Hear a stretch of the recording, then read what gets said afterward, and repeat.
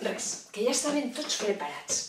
Al saló principal del palau va arribar la princesa, guapíssima, mudadíssima, i va arribar el noi, el pagès, amb els dos guàrdies darrere, i el seu fardellet.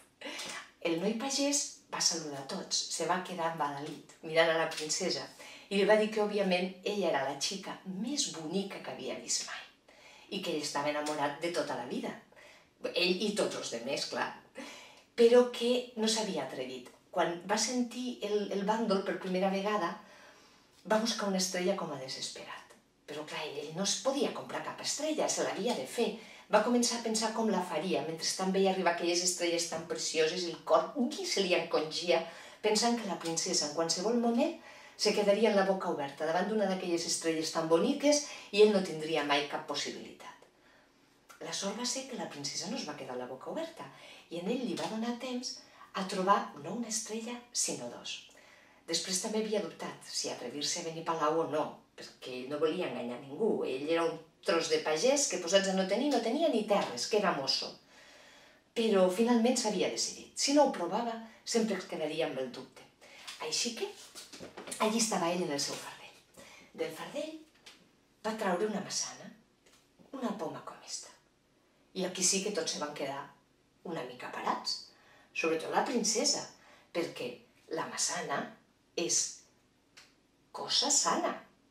I on entra la maçana, el metge es mor de gana. I an apple a day keeps the doctor away. La princesa era molt sabuda i en quasi totes les llengües que se sabia la princesa hi havia una dita per exaltar les virtuts salutíferes de la maçana. La princesa se n'havia menjat de pomes en la seva vida un munt i estrella no n'havia vist mai cap. El noi, a banda de la maçana, va treure una navalla que li havia regalat el seu iaio. Ja sabem que als contes els avis sempre regalen coses bones. Va agafar la poma, va agafar la navalla i quan la van a tallar ho va fer al revés de com se tallen sempre les maçanes. Perquè, clar, si fem les mateixes coses sempre de la mateixa manera, a perill que sempre passa el mateix. En canvi, si de tant en tant alguna cosa de les que fem sempre intentem resoldre d'una manera diferent, vés a saber què podem trobar. En este cas, el que va trobar aquell noi pagès va ser no una estrella, sinó dos per a la princesa. I quan la princesa va veure aquelles dues estrelles de dins d'una maçana, se va quedar amb la boca oberta. No ho va poder remeiar.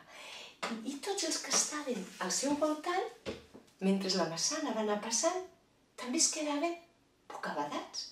I és que ningú havia vist mai una estrella dins d'una maçana. Així que la princesa va dir, contentíssima, que clar que sí que es casava en aquell aspirant. Perquè si aquell noi, en els pocs mitjans que tenia, havia sigut capaç de trobar-li no una estrella, sinó dos, dins d'alguna cosa tan quotidiana com una maçana, què no trobaria quan tingués més mitjans? Així que, conte contat, conte que s'ha acabat. Esperem que us hagi agradat. I si és així, ja sabeu el que heu de fer.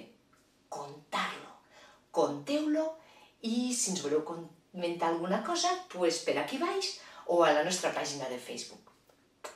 Fins al proper conte.